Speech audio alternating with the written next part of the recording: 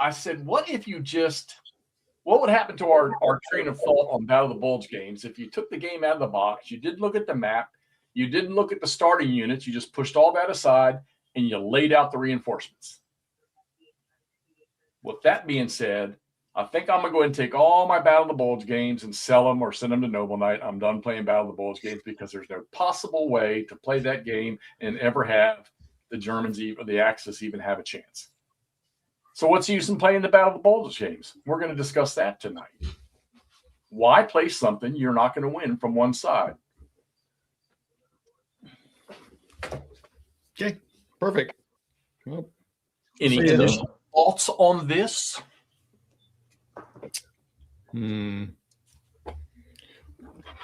Well, I'm saying why? Why play them? Why make any more? Can you name one out there that I can play where the Germans? Because I think I've had one game I played where the Germans had, I think they won by a victory point count. And I hate to say what game it is I played that happened in, because we know it's not my favorite. Well, what was it? Ardennes 44. Oh wait, the Germans won in that one? Yeah. It was I think it was the victory point count for towns taken or something like that. I didn't get that far in it. Kevin and I both have a game the Germans won very quickly. I'm just dying to hear this. Kev, do you remember what game you won in 2 turns?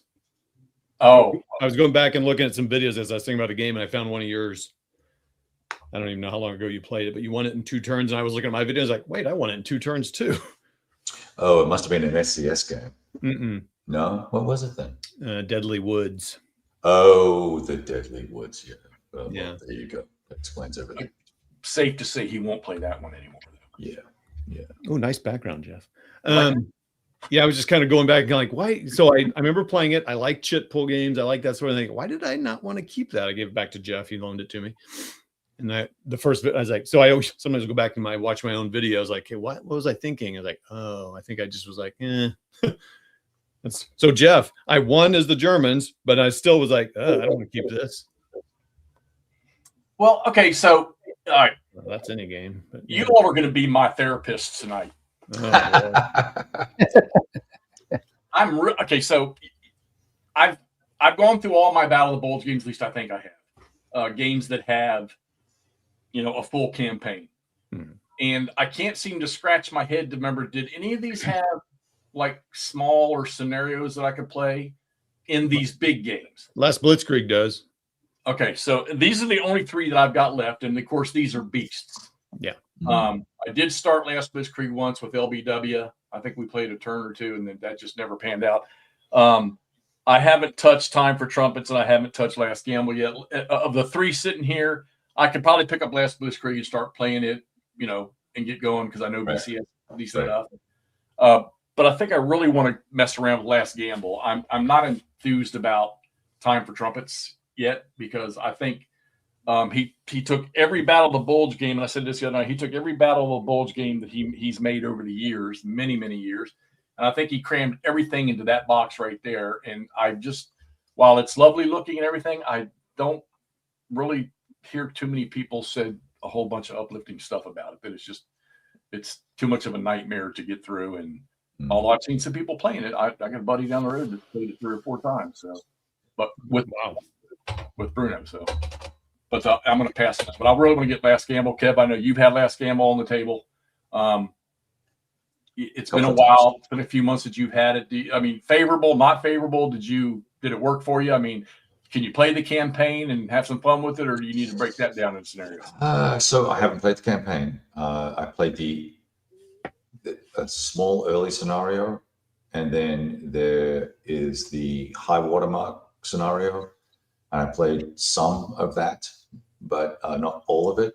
And you strike the typical Bulge issues that are prevalent, but I like the system because the system makes me feel that both sides have an relatively equal set of rules, and it's going to come down to gameplay skill and using the rules to your advantage. terrain is massively important in that game. It's a game changer. It's unique from that perspective. So I'm eager to play that campaign game just because Suck Up a Punishment. And also, as I said off camera, I said I'm hoping that I'll play Last Blitzkrieg next and do the full campaign for that, or at least a two-mapper. Like I think stuff. Tabletop's Edge is the only guy that's that I've seen that's gone after the last Blitzkrieg full bore and actually put stuff up. And Tom, I think we were talking about that. We haven't even looked to see if did he ever get to the end of that, or did he take it down? Yeah, he got to a conclusion point. I watched his last one. I think he made it to the. Well, actually, that's a good question. No, he made it pretty far, like far enough where I think he could determine. Yeah, well, and I think then he ran in, because I know that Piper's little spearhead got all jammed up in the, I guess, the northeast corner.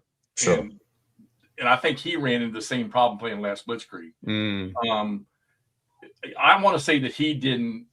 I think my dilemma is okay. So we know that the little corporal's objective was obviously Antwerp, split the Allied nations in two, and get them to withdraw and yank themselves from the war because they couldn't talk to each other anymore. And I know a lot of his overall commanders were like, let's attempt to do something a little less drastic. Let's aim for smaller goals. Yep, and of course, we know that wasn't going to happen. Yep. So, but I've yet to play a game where I've been able to even get close to getting across the Meuse River. And I don't know of one yet. I mean, if I would think that the last Blitzkrieg might be the one that could do it because of the way the movement in that game. But it just seems to me that looking at the influx, and of Allied reinforcements, and I've watched a couple documentaries here recently. I love to watch World War II TV. I love to watch the Indian Idol stuff. Tick doesn't really do anything on the Bulge, but the influx. I know that the Americans didn't want Monty involved, but Ike made a decision to give Monty control of the northern part of this. And I know Bradley wasn't happy about it because they were like, we don't need the UK. We don't need the Brits. We can handle this on our own. And they actually never really did. I mean, Monty actually made some great suggestions that I think Bradley and them conceded to doing some of that stuff, but they never really got involved till I think maybe towards Celle at the farthest point that the Germans reached. And the Americans handled themselves. But I look at these games and I see this influx of Allied reinforcements, and I'm just like, why am I even playing this crap? Yeah, well, I mean, if you look at the whole plan, and I'd love to hear from Ross and Alan, but you look at the whole plan, right? It was supposed to be 38 divisions, and it was supposed to be all this fuel and all this ammo and this big sweeping sickle cut thing. And, it's a great idea, but it was, run by the corporal, and it was not well executed, and it struck all sorts of problems and no air support. And, they planned it for bad weather, so they didn't have to deal with air support from the Allies, and Luftwaffe delivered zero. So it was doomed from the start, right? So you're right. Why play it? Well, because it's interesting and it's American.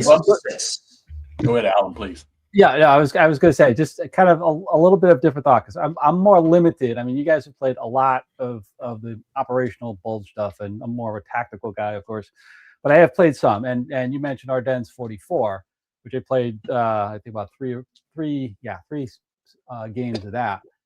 And one of the things, looking at kind of some of the Simonich's games there, that make that a little bit more interesting, because I think they have more than just kind of the spearhead, go for broke, Antwerp or bust type of thing, where you can, as I think you pointed out, Jeff, pick up victory points from the towns and kind of look at more of a sweeping aspect to it. So there's a little bit different avenue to it over there.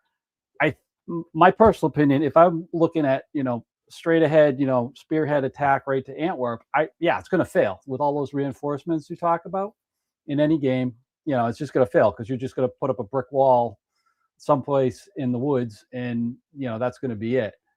But I think spacing it out, for me at least, to say there's other ways that you can actually potentially win that are plausible and kind of realistic, kind of help play multiple Bulge games. That makes sense to folks. Yeah, no, 100%. And I mean, I'm really thinking about the scenario, which we're gonna go down that road about playing scenarios, and maybe there needs to be a game. Like I said, though, there's a few I haven't touched, but maybe there needs to be somebody to make a game that has many smaller footprint scenarios. But then I thought to myself, well, God, if you do that, man, you got some of these great monster Bulge games that you're just tossing the format campaign out the door or whatever, if you're just going to play a whole bunch of small scenarios. I mean, I'm not sure for me what the solution is going to be for that. So the game that I'm playing, Wave of Terror. So when I set it up, of course, this is a Ty Bomba, and somebody else I think had this one. When I set it up, I started reading the rules, which are only 16 pages, and really only about 11 of them are actually game rules. And I noticed no zone of control. And I thought to myself, that kind of makes sense for the Ardennes. Weather was crappy, terrain was crappy. There was a lot of, I'm sure there was a lot of documentation of units just getting bypassed and not even knowing they were getting bypassed, and plenty of spaces to move through, not a whole lot of roads and stuff. But I said, okay, well, that zone of control thing, maybe that makes sense, and maybe that's going to give this game, it'll give the Axis the opportunity to make these little breakouts and move to their objectives, move to those river crossings. But I played through 2 turns of this thing now, and I thought after the first turn, okay, there's some potential here. We've created some holes. Now let's get to moving.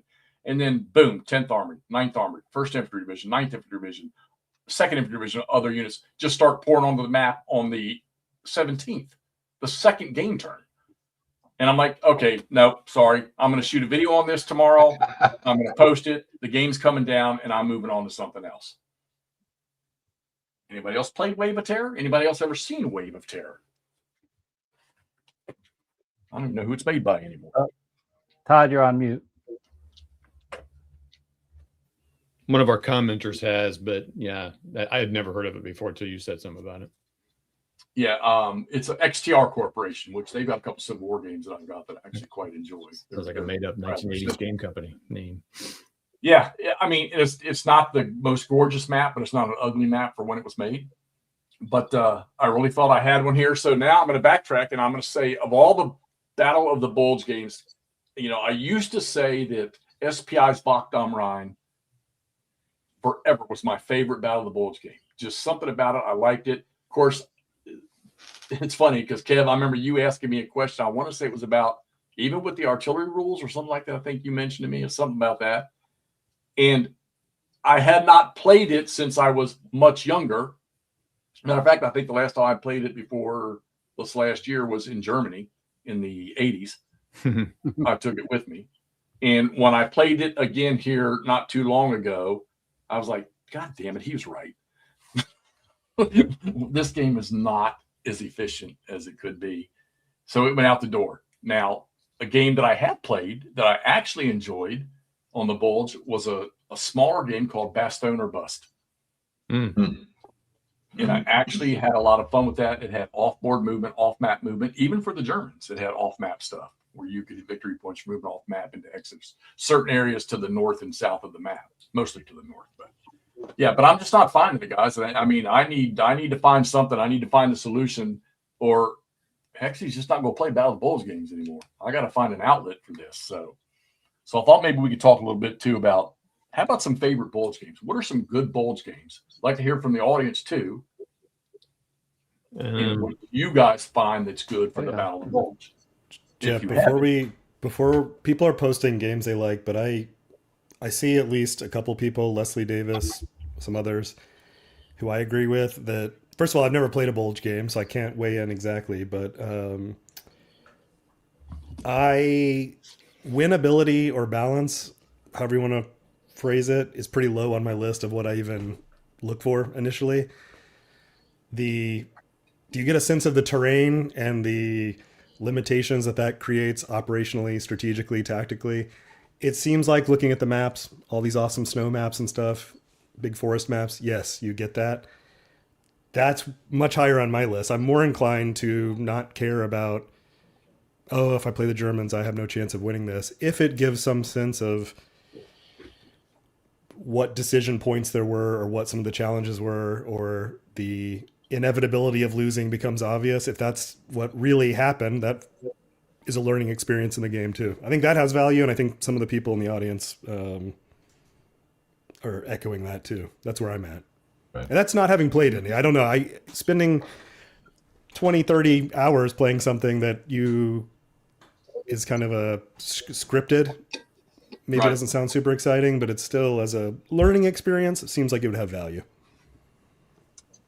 Yeah. I want to see those instances where, 2nd Panzer Division, Lear, 116th, 26th Volksgrenadier, or 26th, where, they hit Bastogne, and the 101st and some of the armor commands that got encircled. I've not played one where I've had that happen.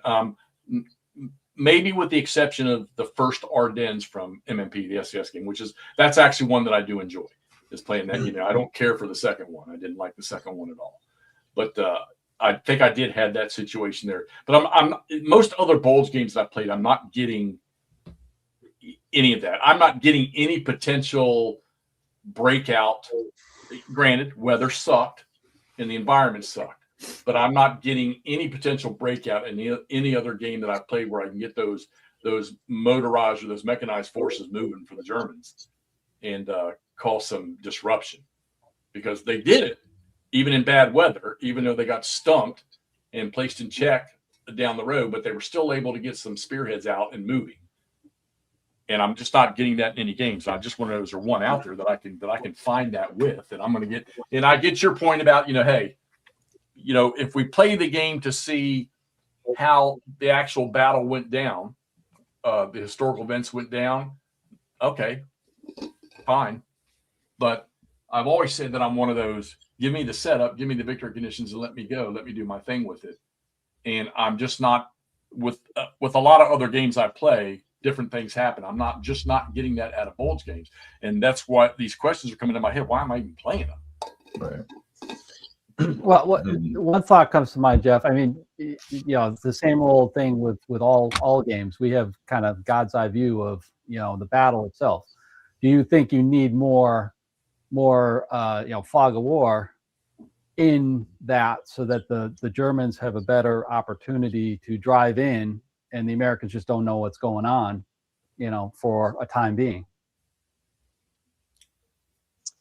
Yeah, but it's like many games. So we could look at the entire Eastern Front. We have the same conclusion. We know that in 1944 there's going to be 4 Brazilian divisions and a handful of 75-year-old men trying to shoot Panzerfausts, right? So it's a walkover. OCS is trying to deal with that by making the victory conditions very difficult to achieve for both sides, actually, and so that gives you some level of interest in trying to play. It's got me more excited about playing 1944 games than I've ever been, because it's not just a static World War I type of front thing where the Soviets advance 2 hexes every 40 turns or something like that, right? But Stalingrad and Kursk and D-Day, D-Day is a foregone conclusion. There's probably very few games out there you're going to see the Allies push back into the ocean, if any. That's just not going to happen. So if we run down that logical conclusion, we wouldn't play any war games, because we kind of know what happens, right? And we know the designers are going to at least present us with a tableau of opportunities, but they're going to put some rails around it to a certain extent. And so for the Bulge, for you, Jeff, I think the Last Gamble has more flexibility more optional rules, more what if rules. There's actually some in a magazine that's either out or coming out. I think Paper Wars. Additional incremental things, that try and look at the big picture of what were the Germans trying to achieve, how important really was that whole battle, because really it's not Kursk, it's not Stalingrad, it's not D-Day. It's kind of a million men fought, but okay. And it lasted for 3 or 4 weeks. That's nice. And they stopped the Germans, and the Germans were never going to be successful anyway. So it's not really a massively pivotal, historically important game. It just happens to be that Yanks drove it, ran it, and won it, and did a good job of it, generally speaking, after being surprised and caught flat-footed. So to me, I like playing them, but there comes a point when you see those waves of green Yanks hitting the map. I remember with last Blitzkrieg when like I think 3 divisions, it might have been 30th Division, a bunch of other divisions came pounding down towards Piper and the gang, and I was like, oh, this is just bullshit. I'm not playing this anymore. It's just stop. Right, it's over. There's no way I can do that. I failed my morale check. Well, yeah, okay, so yeah, I mean, I guess it's kind of cool to see. Okay, so I mean, you set the game up pretty much any Bulge game, and we know the Allies they're going to overwhelm eventually. They're going to overwhelm the German forces. I don't want to say that the initial overall plan wasn't. The plan itself probably was not a bad idea if he'd have had what he had in 1940. But basing something off of, well, you kind of got a time limit on this, so we're not going to have the supplies. Oh, you're going to need to take Allied supplies in order to make, I mean, basing around that. I don't mind the overall plan of Antwerp splitting the Allies in half, but even starting that without really having, I mean, you look at the reinforcement tables for the Germans, and you're like, man, they don't even have enough in there, right?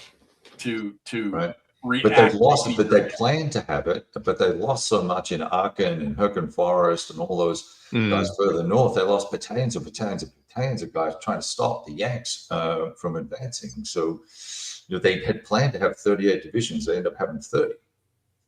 Right. That's a what if for you. All right, so I guess it's got to go down the road of and the ASL that was on. There's a ton of scenarios where you can take something smaller, and get an option for both. You go. Let's go back to Ardennes in 1940. I know that if I play a France 40 type game, any of them that I played, that that the Allies, they actually have the ability to stall this, to change that outcome, but they were not command efficient enough, we'll say, to do it, or they were just unaware of the. I guess apparently they were unaware of the capability they had to throw against the Germans in 1940. Whereas I don't really think that the Allies in 1940.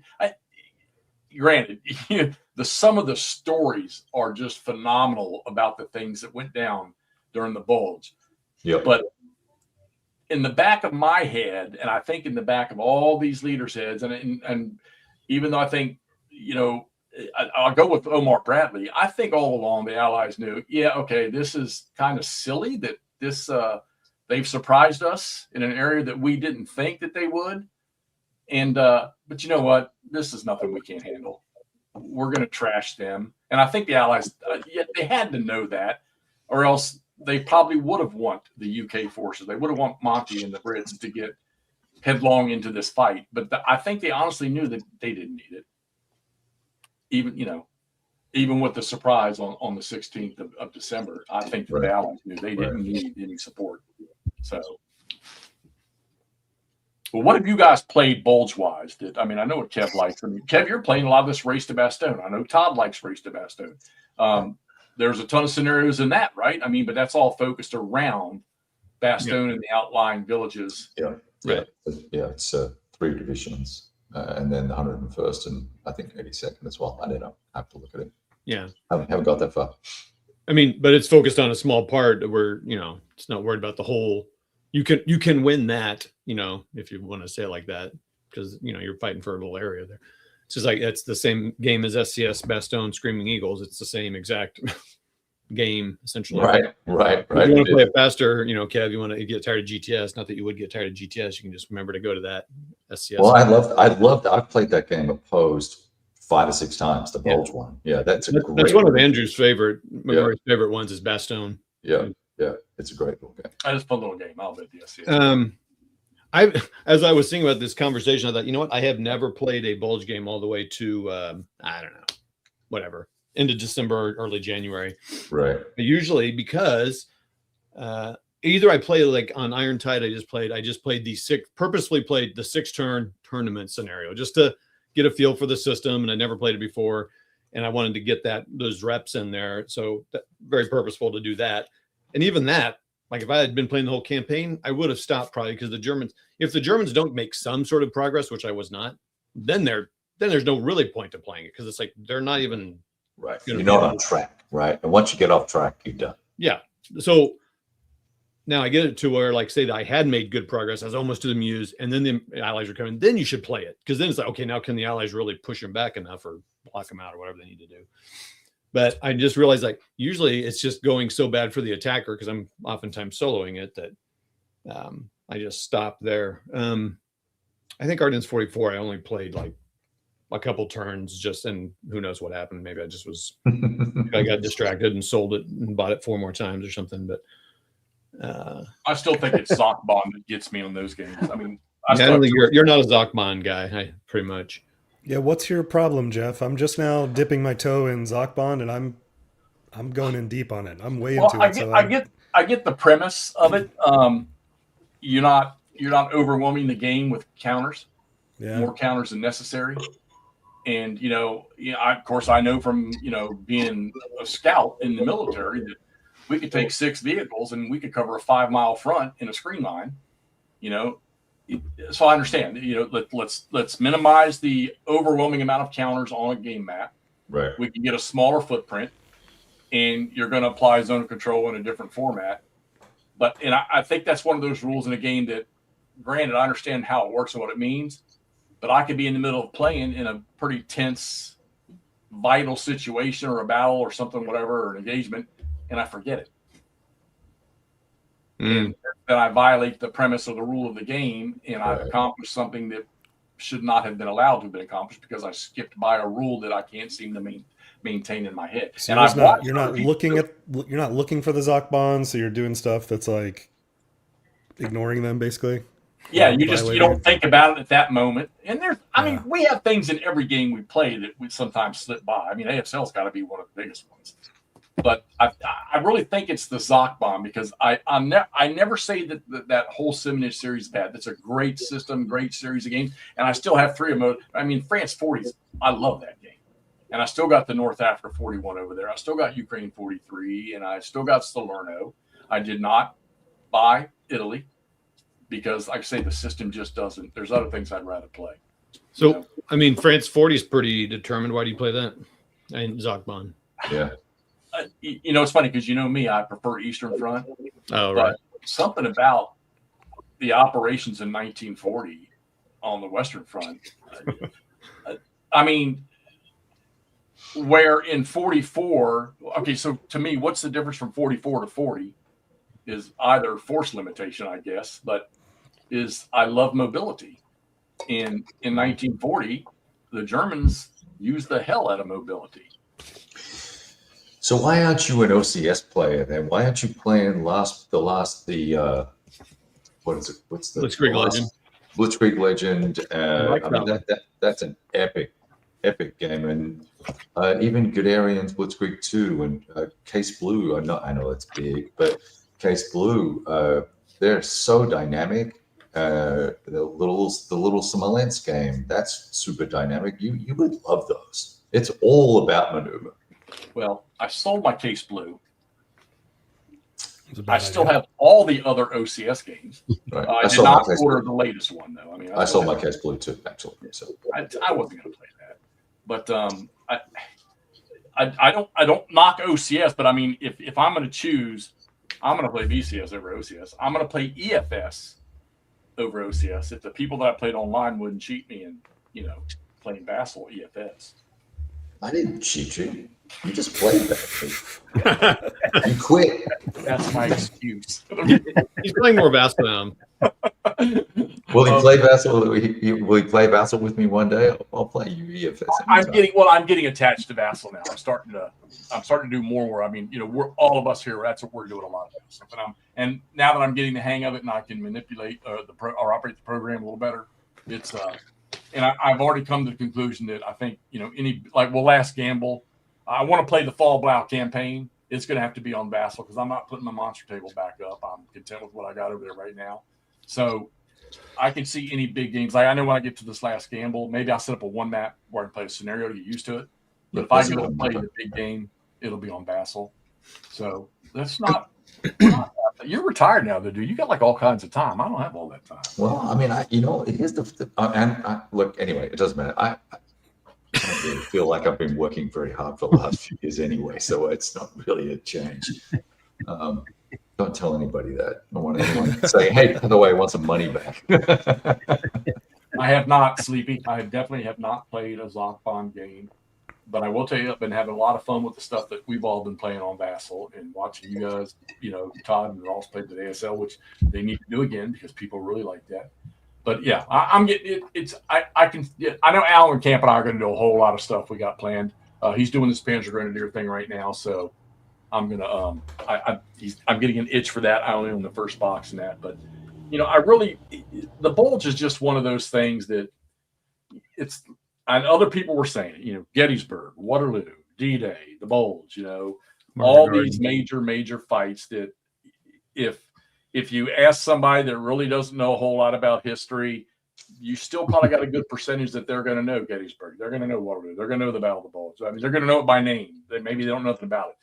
And it's one of those intriguing last resort efforts where, the United States just proved how resilient and how stalwart they were. And I think that, with what Russia was doing to Germany and what we were doing in 1944, you knew that once that occurred, this was over. This war was going to come to an end and not too much longer. But it just shows, American resiliency, I think, Allied resiliency in that. And you got to play them. And I don't want to not. I've got a bunch of Bulge games. I got a ton of them over there. I might have a couple hidden that I've not pulled out of the box and looked at yet. I thought Wave of Terror was the last one that I had that was small. You played Celis? Yeah. Actually, that wasn't too bad. That's a really good game, I think. I like that system. But he has a Gazala one as well. Yeah. All the stuff he did for Revolution Games. Yeah. I think I got the Gazala floating around. I mean, and sometimes the battle just isn't interesting to you. So, I mean, in that level, maybe it is down in the tactical. I didn't used to play Bulge games until I read a couple books. I think Snow and Steel by Adams and another one I can't remember. And I was like, oh, now I see why people are interested in this. Just because we have a lot of stories, we have a lot of information on that battle. So it just okay, now this is interesting. So I kind of started diving in. It is, it's hard to play any big campaign game of anything. Like even Norman, I mean, it's all like, oh wow, I just want to keep. So I like. Well, and I have the luxury to to throw it up and leave it up, but I mean we know over the last few months I've been struggling with actually getting anything tabled and sticking with it and playing out until I hit Fall Blau. And, we've had this discussion go back and forth about that system and why the hell we didn't like it earlier and why we like it now and why so many people don't like it. But I'm wondering, well, the one you just played, but I'm wondering if there's any newer made Bulge games that revolve around that system. I don't think there is. I don't think there is. Well, Fall Blau was VCS, right? The Variable Combat System. Yeah. Yeah, or Victory in the West, however you want to say it. It's kind of the same. Iron Tide is that game. Mm-hmm. Yeah, but it's 2003.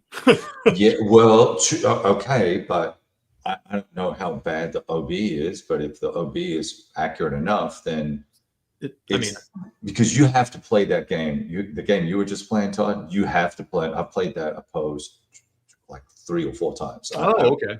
I was at quota on ever playing that game again. I got so frustrated because you have to move correctly and keep things in formations together, but you can't because of the roads, and it's like it can be very frustrating. We were playing the campaign game like three, 4 times, a couple of times with the physical bits, and then I played it on Vassal twice. But really, really good game. Actually, I would say you should get that. It's $40. It's a couple of maps. Is it 2 maps or 3? It's 2 maps, but it's 1 map, but it's bigger. It's a bigger map, and then there's a big support. There's a big reinforcement map as well, I think. No, it was the play aid card is humongous. That's the other. That's what I'm talking about. The play aid card. Yeah. I really enjoyed it, and someone said I didn't have enough chrome on it. I mean, what I've told everybody is like a level above SCS. Like it's pretty easy, but there's a lot of little details, like you're saying, like keep stuff together, the battalion movement around. I don't know the OB that well, but it sure seemed pretty accurate to me. Right. So I'm just saying that it's a potentially a good candidate for a Bulge game that's playable. It's thoughtful in its play, and it's got. I got to the point where I was done with it, and I sold my copy, and I never actually punched the counters, and I just was rereading the rules a couple of months ago, and I bought a copy again, and I have another copy in shrink because I think my buddy and I are going to play it online. Yeah, no, I really enjoyed it, and I will play that again for sure. Yeah. Oh, so it means it's not going to get stamped and sent to me or Noble Knight? Nope. No. Not this week. I mean, give me next week, and I will. But no, I agree, and it's fairly easy, and it's big, covers the whole thing, but there are no small scenarios. But you can easily modify and make some small scenarios. Well, but I'm wondering too if maybe that system would do it for me, because I had such a blast playing the.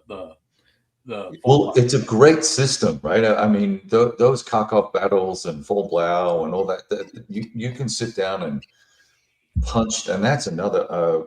What am I playing right now online? Is it Kharkov battles? Oh, dang it, I can't remember. Anyway, same deal. VCS. I call it VCS, Verbal Combat System. Sure. Right? But it's an East Front game. I can't remember the name of it now. Spring Prelude.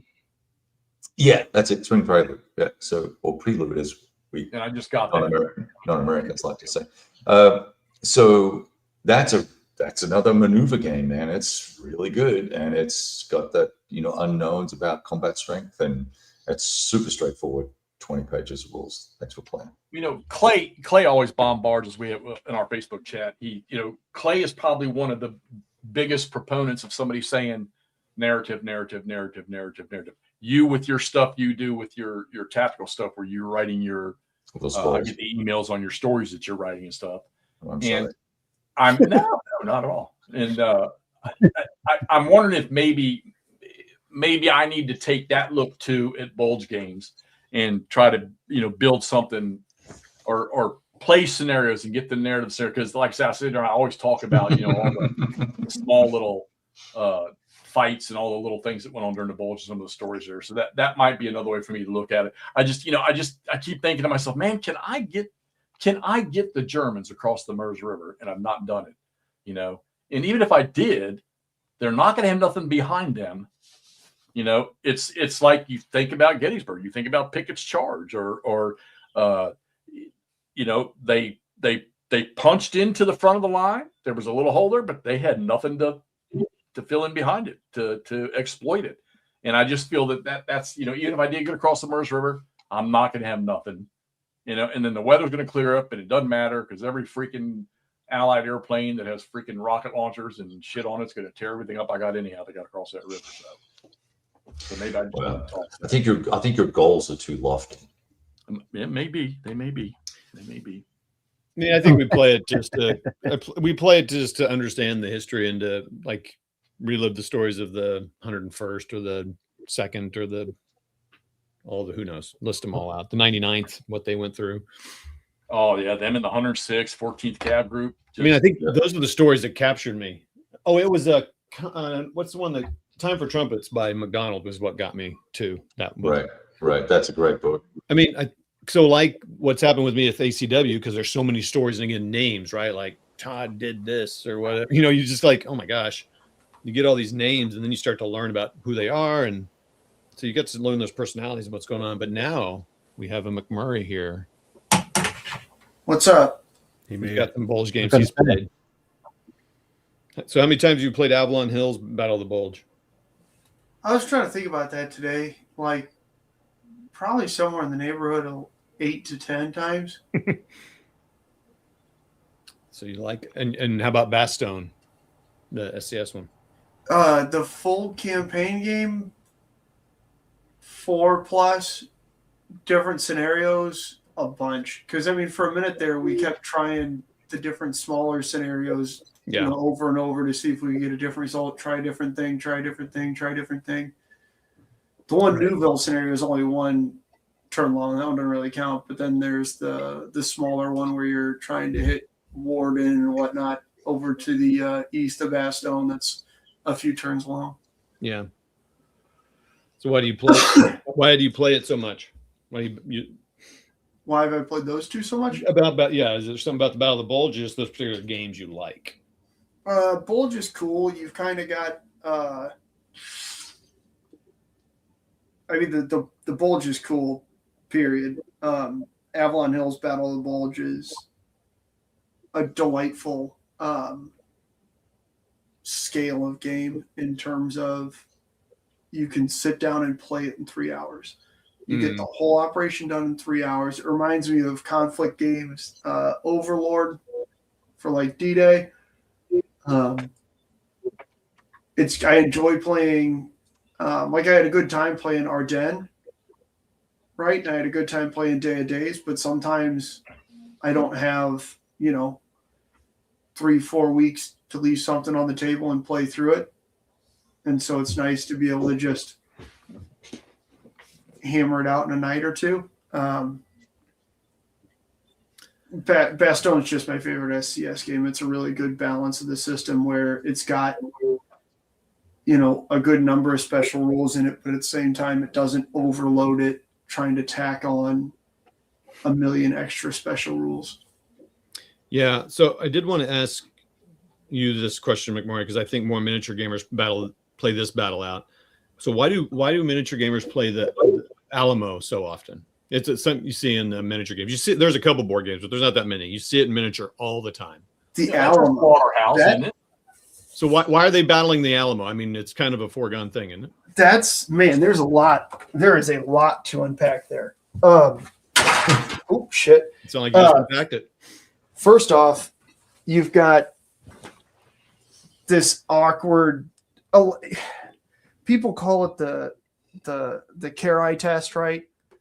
Or whatever you want to call it, where their interpretation of how good or how accurate or how whatever period correct a game is you play Carey or you play the Alamo or you play Rourke's Drift, and you're supposed to get a historical result, which is just the biggest fucking fallacy I've ever had, because you're trying to get a game that will consistently get an extraordinary result, which is wild. That being said, that does drive miniatures gamers in games like those, like the Alamo. The Alamo is, again, kind of an interesting scale where, especially for miniatures gamers, it's kind of perfect. It's kind of that magical. It's just small enough that if you are really, really, really dedicated, you can find it. What have you done miniatures? I know you've had to somewhere along the line where you played a Bulge or an Ardennes scenario in miniatures. I've got a whole bunch of Flames of War, so 15 millimeter multi-based winter stuff, as well as a couple years ago, I painted up a whole ton of 28 mil stuff. Have you played a bulge type scenario? Or Yeah. So I played, again, a couple chain of command scenarios that were centered around Team DeSobri. And I don't remember which.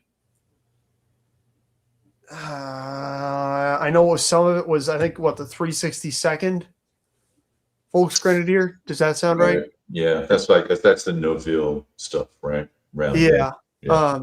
So you get Team Cherry and DeSobri, but Right. so then with which was interesting because then you've got a bunch of dudes who are kind of bebopping around, but at the same time, like an absurd number of them have STGs, which is entertaining. And then you get with Flames of War, especially, I enjoyed on the northern end of the Bulge where you get really ad hoc U.S. armored groups where they're pulling tanks out of junkyards and nonsense. Like, cool, that runs. Does the gun shoot? Yeah. Okay, go. And so that was really cool. That works out way better in 15 mil. You can take any bulge game, and you can. I want to know. So one of the field officers for the Allies were like, and I keep trying to imagine this. Well, I guess it probably does happen in some of the plays if you're playing the campaign. You can just let them extend all they want because every Allied reinforcement, for the most part, is going to come in north and south, and you're just going to cut that bubble off. I want to say, didn't they do that to the 15th Army in Normandy after the D-Day landings, where they cut off the entire 15th Army in a pocket? I mean, any bulge game, it seems to me that you could pretty much, you know what, let them run. Let them run as far as they can. That was what Patton's idea for the response was: let them overextend themselves as far as they want to, and then we'll crush even more of them. Yeah, just snip them. I mean, I guess I'm just going to have to go down the road where it's just, you know what, don't focus on the campaign. Take the little bits and pieces, find some scenarios, play some scenarios, try to get, it's nice to play a game to have the opportunity from both sides. Hey, what can Kev, I watch you do this all the time. I watched Todd do this, where you'll replay something, trying to find out, okay, is there an alternate? You're doing it right now with Race to Bastogne. Is there an alternate method? Okay, you know what? I screwed this approach up. Let's change it. Let's do. I'm unfortunately, I'm not prone to doing that. Maybe with a computer game I am, but maybe I need to take that approach and find something with a few scenarios in it. Play those scenarios. If I got, ASL is going to be a good one to do that in, which I'm getting ready to go back down the starter kit right here shortly, and just pick apart those scenarios and find out, what can I change? What can I maneuver wise? What can I restructure my force arrangement? Can I regroup, different squads, different teams, different regiments, different battalions together, and find a different approach to different scenarios? Because I know there's a lot of them out there that are fun to play over and over again. I've just not been that person to do that. I don't know why I don't have that ability. Do any of the Band of Brothers Worthington, that I know you like that and have that, do any of them cover the bulge? I'm trying to think if they do. They seem like they don't, but if they do, those would be easy ones to. I was about to say, is that covered in Screaming Eagles? I don't know if that's really Normandy specific or if that's 101st specific. I think it's. I'd have to look. They might. I want to say they do have a couple scenarios in there about that. So I've got to find something, guys. Like I say, that's all I got left right there. And those are big games. Oh, well, Todd was kind enough to send me a copy of Race to Bastogne, which I had on the table before, and maybe I need to go down that road too. But I've got to find a solution to this. All right, so let me ask a question, and I don't think I've seen anybody in the crowd say this yet. I've seen everybody talking about, stuff that they liked or they played. How about a bulge game that you set up and you played and it just stunk? I mean, I know nobody really wants to say that, but I mean, come on. I know somebody's response to this. What game did you give me, Jeff? Look at the brains working. Jeff, what game did you give McMurray? A Bulge game? Yeah. Oh, yes. That's right. You weren't on here. And I've already said that. Ardennes 2. I did not like it one little bit. Yep. There you go. What was the catalyst for that? I did not like. Well, I was kind of 50-50 on the fence with the artillery in it. I think that was what. I keep wondering to myself, if I hadn't have played the original Ardennes and I just played Ardennes 2, would my opinion been different? But the original Ardennes sucked. See, and I liked the original Ardennes. I'm not a huge fan of reserve markers. I like exploit. That mechanic works way better with my brain. I really enjoyed Ardennes 1 when I played that, but Do you enjoy it because it's easy for the Germans to win? no, I just had a good time playing it. I enjoyed the Battle of the Bulge. Because it's easy for the Germans to win, right? That game. They were doing okay, and then I sneezed, and the 101st wound up on Elsenborn Ridge, and then I almost cried, and I put it away. I remember that. Yeah, real quick, we won't spend any time on this because Andrew could go on for hours. Charles says, "Give up Bulge and pick up some naval." That's all we're going to say about that. That's mainly for I tell Mark Herman I'm going to play his big Pacific game. Okay. You played that yet? His big massive. It's a great game. I wouldn't play the campaign if I was you. Don't play the campaign, but play the operations. You play the operations; they're amazing. I'm gonna give it a whirl. All right, so I guess I would say that you didn't like. I guess I would say Deadly Woods. For some reason, I didn't go for Deadly that. Woods sucks, and now it doubly sucks. Now we know who the man is. But I tried Ardennes 2, and I got rid of that pretty quick. So I guess I didn't like that one as much, and couldn't tell you, Kev, why I didn't. Yeah, I wasn't blown away by it, but okay, it kind of worked. I mean, it obviously didn't work for a lot of people because I don't hear anybody playing that. No. I mean, I think SCS has had a lot of flops that last. It seems like it. A lot. Shit, now I feel like I got to play Ardennes 2. That's still a 2-mapper, though, isn't it? Yeah, you still got that? You didn't give it to Todd and it ended up at Nova Knight already? No, he still has it. I think there's probably smaller scenarios in there, Andrew. You should be able to try out some mappers for that. Maybe we can just do the ultimate, realism game, and we'll put it out in the shop mahal and play it on the big table in the garage and wear our wool stuff. You're gonna say something next? Or no, I was just curious about like Alan and Ross and see if they've played Bulge games that they like or don't like, and has anyone? And while we've got you, have you played any of the older SBI Quad, Ardennes Quad, or any of those old stinky old moldy? That's games? one I wish I had. I never got it. No, I mean, I tend to get something and I'll stick to it and try to play through it all. Like I said with Ardennes 44. You're a stud. Your channel, you crush a game. You just demolish a game. It's awesome. I try to go deep with them, and I've played them so many years. I found that I have a ton of them that are unplayed, sitting on the shelf of shame. Yeah, it's a mile wide and long, but I'll go deep on the games itself. So with the Ardennes, like I said, I played Ardennes 44 because that's the one I got hooked on. I did play what McBurg was talking about, the old Avalon Hill one way back in the day. Hell yeah. It was the Battle of the Bulge, back in the 80s. Stanley McCullough said it before. Oops, did I lose you? Sorry. No, you're still here. No, sorry.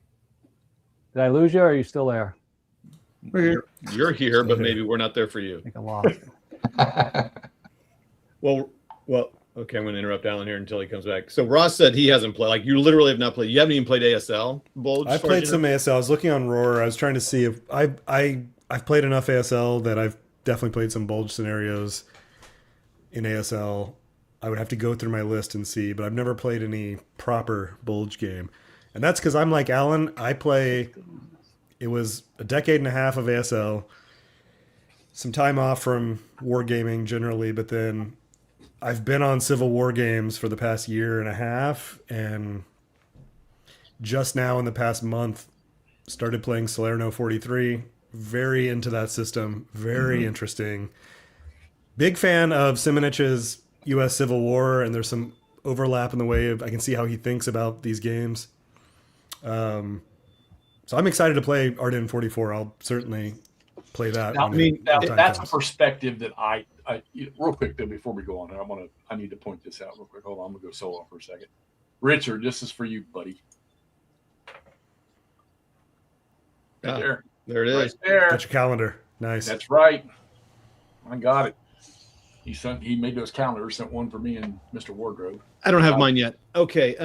We need I'll end up going deep on Arden 44 when the time comes. Like I just played the full campaign of Salerno 43 as the Allies. We're playing on Vassal, but immediately flipped over. I'm now playing the Germans on the defense. This is what Ross does. I will play that's a relatively small game. I'm going to play it until I'm sick of it, probably for the next couple months, and then move to whatever it might be, whether it's Italy 43 or go straight to Ardennes. That might be next winter. Did you pre-order the new Ardennes, or you already have it? I have it on pre-order after I played Salerno, and of course I missed the pre-order for Italy 43 and the reprint of Stalingrad, so I'll just pay full price for those, whatever. Yeah. You know, a great one to get if you're into Zombond is Ukraine 43. For me, I think is probably one of the very best Zombond titles. It's just so interesting. I'll end up buying them all. I played last year. I played about a year's worth of the U.S. Civil War, Simonich's game. Obsessed with it. I'm kind of less into World War II generally, but I'm getting more into it. And the Salerno game alone was like fantastic. I love. It's a great game. Yeah.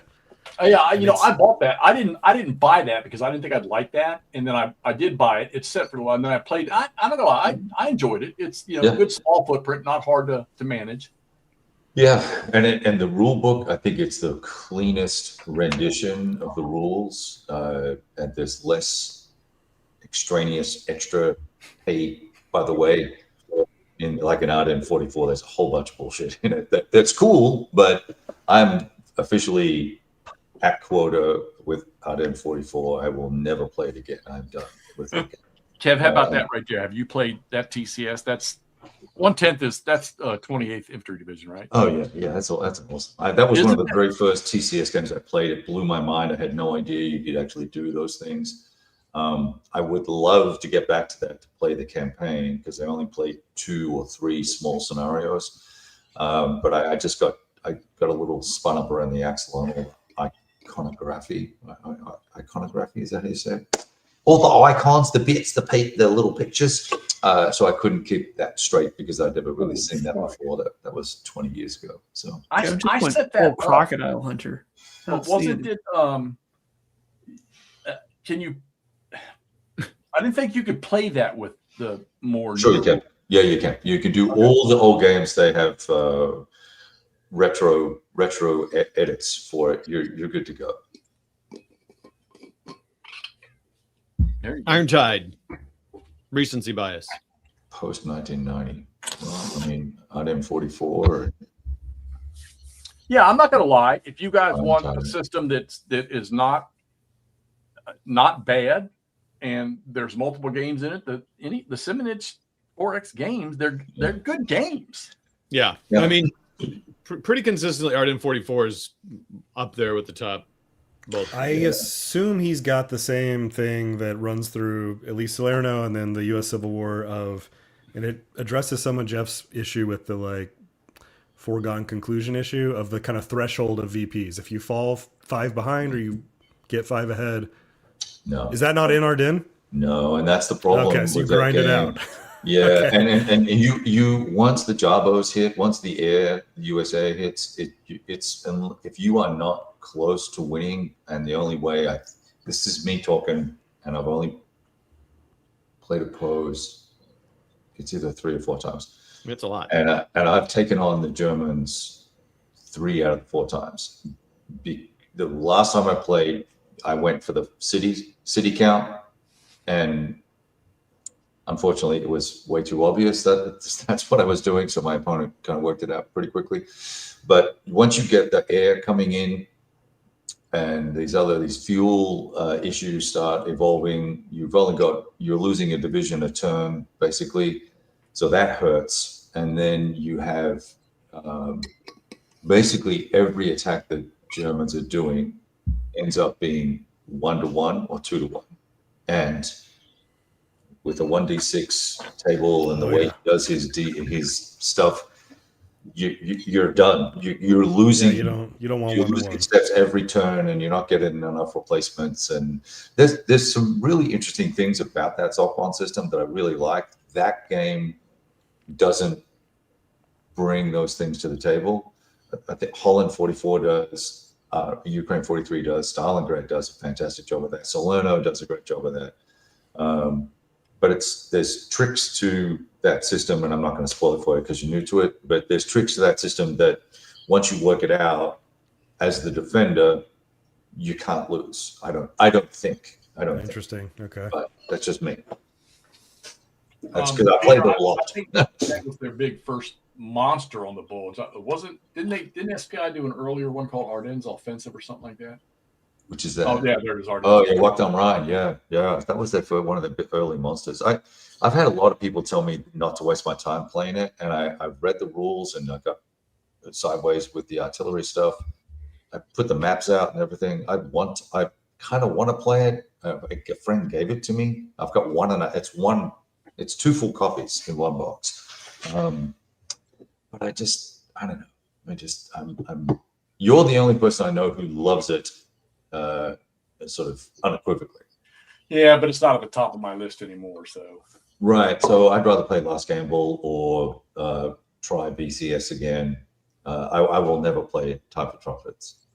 Well, and Todd, we were talking about the Last Gamble, that just the info book in it is just worth the purchase alone, from what I understand. My favorite thing on the Bulge is the military one.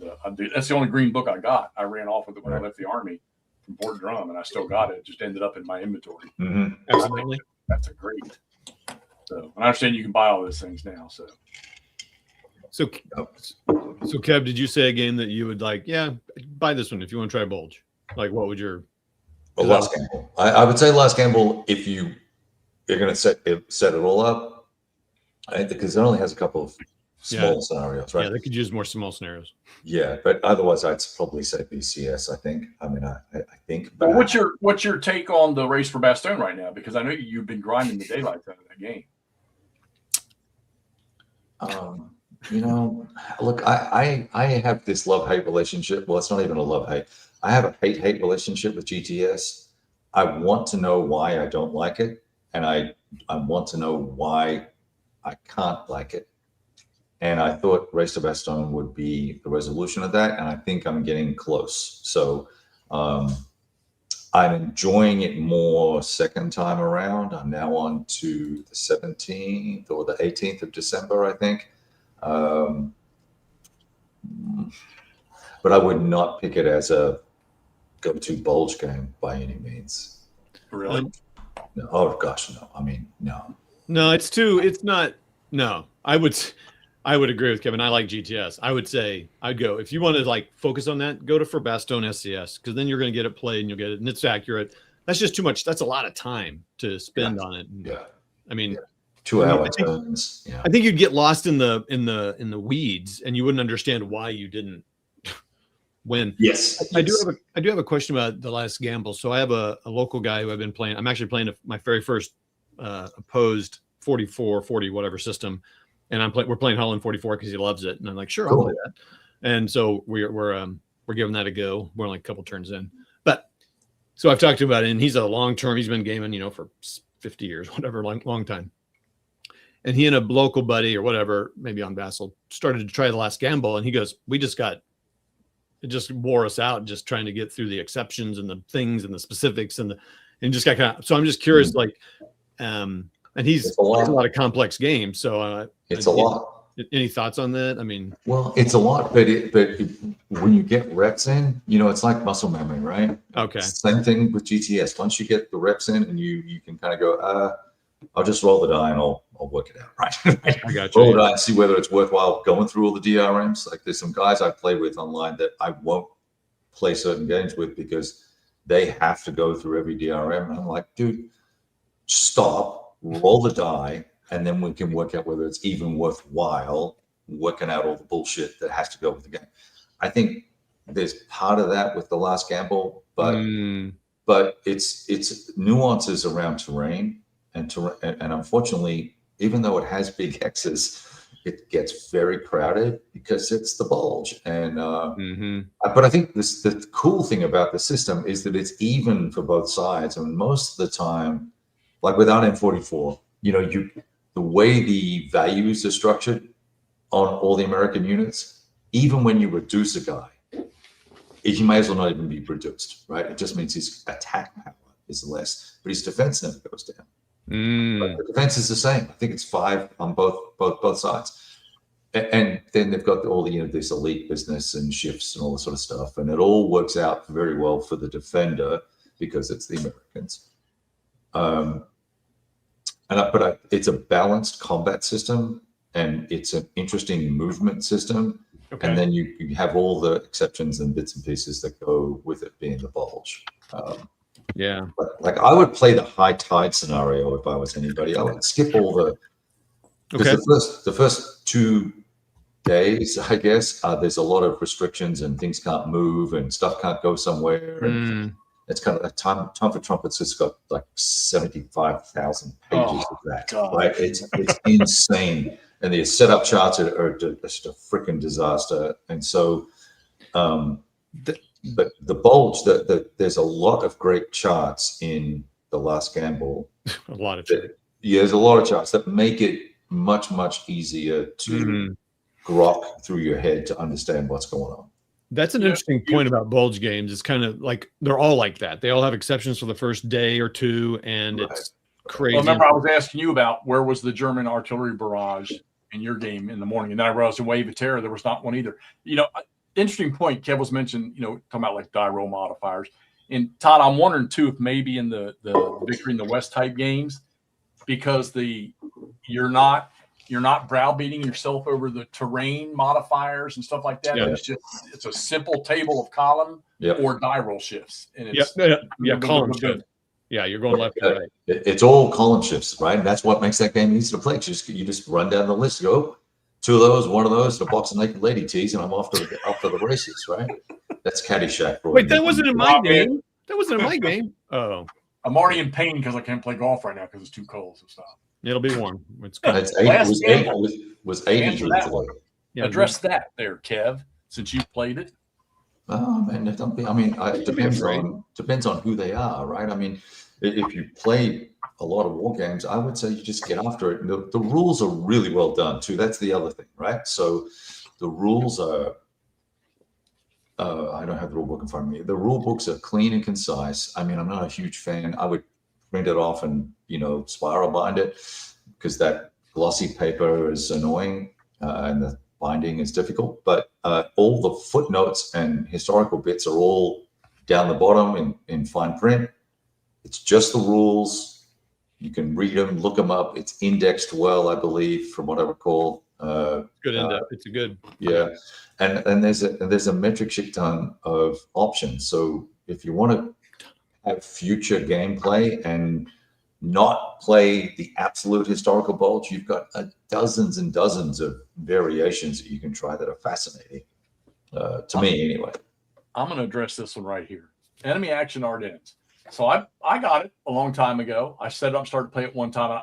I something came up and I couldn't continue it. I took it down, and then I set it up again later, and I started to play it, and I played through a couple turns, and then I was looking at the map, and I was like, these dots are ugly.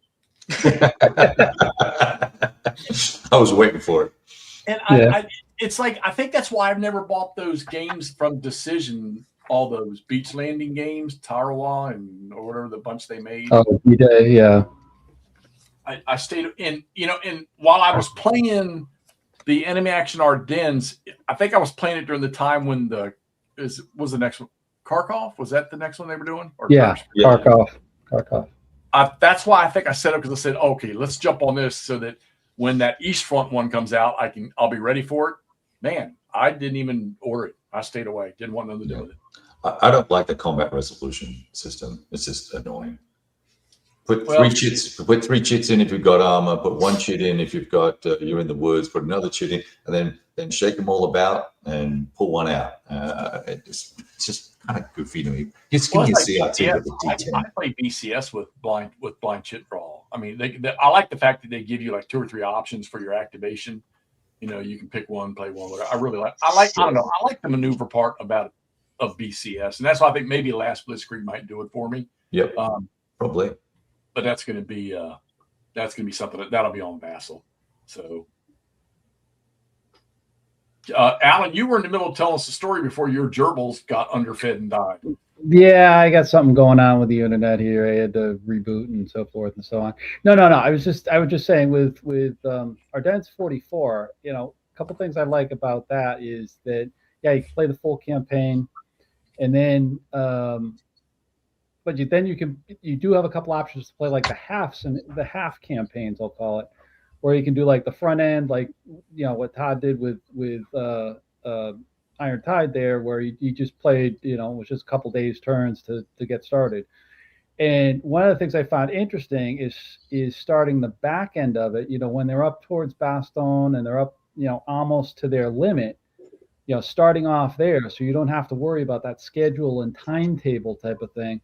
And you can kind of see where they can go, if they can go, on that back end side of things, making it to the Muse or across the Muse. Because, doing the historical campaign, I never came close to, or I should say, we never came close to getting the Germans up there. But when we played the half campaign, with them already up there, it was a little bit more interesting because, you had some things already in place for the Germans to make the move. You still had all the Americans coming in and British coming in later, but there was definitely more options. And I'm thinking hearing that when you talk about Last Gamble and stuff too, that there's some different variations you could do, either the second half or go off on the side and see what happens to the north if, say, Ellsbourne fell earlier. You said that, Al. I remember watching it was Joey. I don't remember if Joey he didn't shoot videos, but he was posting on Facebook. He was playing Hell's Fort, the Hurtgen one from Goss.